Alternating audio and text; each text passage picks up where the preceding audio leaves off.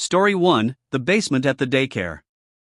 When I was 21 years old, I worked a maintenance and custodial job at a daycare located on the grounds of a Catholic school and church.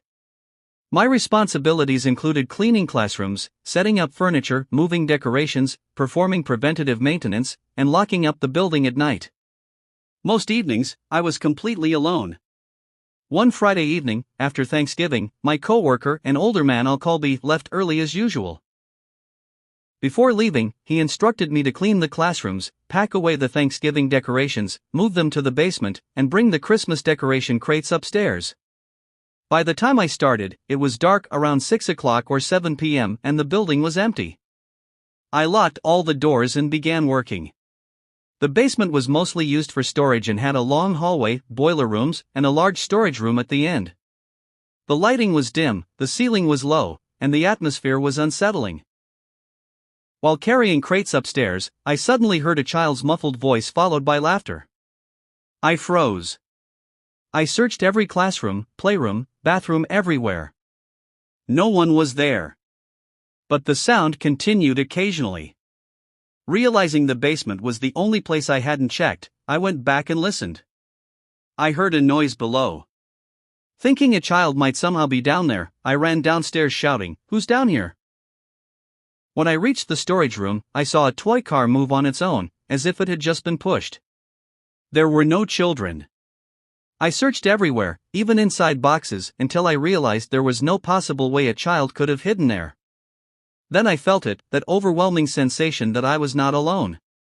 Suddenly, something plastic dropped behind me. There was no wind. I didn't turn around. I ran upstairs, slammed the basement door shut, and heard what sounded like a child whispering from below. I called B, who told me to call the police if I thought a child was down there. I didn't think it was a child, but I called anyway. Police searched the basement. Nothing. No missing children. No explanation. I quit that job before Christmas. I never went back into that basement again. Story 2: The Woman in My Apartment. Years later, I was living alone in my apartment. I work construction and go to the gym 4 to 5 days a week, so I'm often exhausted. One night, after grabbing Chipotle, I fell asleep on the couch watching TV. I woke up around 11:00 p.m. and went to remove my contact lenses. As I walked toward my bedroom, I heard a woman's voice call my name from the living room. I turned on the light, no one there. I even called my mom to confirm she wasn't in my apartment. Later, as I was falling asleep in bed, I heard the same female voice say my name again, this time inside my bedroom. I opened my eyes and saw a tall, human-shaped figure standing near the foot of my bed. Long hair. Distorted facial features. I screamed, knocked over a lamp, and turned on the light. Nothing. I searched my apartment. No one was there. I convinced myself it was exhaustion or hallucination, but it felt too real. It remains the most terrifying experience of my life. Story 3: The House with My Brother. At 27 years old, I lived in a house with my brother James. Nothing strange had ever happened until one week. One night, a plastic cup fell from the top of a cabinet for no reason. The next night, the same cup fell again while I was home alone. Later, I heard footsteps in my upstairs bedroom while no one was home. That night, I woke at 2 a.m. to the sound of fingers tapping on my second-floor window. There was no one inside or outside. Terrified, I ran to my brother's room and slept in the living room. Nothing has happened since, but I no longer dismiss the supernatural. Story 4: The Hotel on the Highway.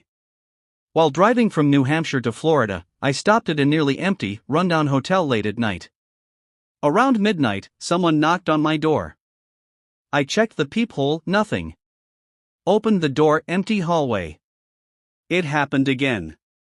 The front desk clerk said there was only one other guest and acted disturbingly unconcerned. Later, I saw a 10-foot-tall humanoid figure standing in the corner of my hotel room. When I turned on the light, it vanished. It appeared again when the lights were off. I packed my things and fled the hotel immediately. Story 5: The Eyes in the Vent.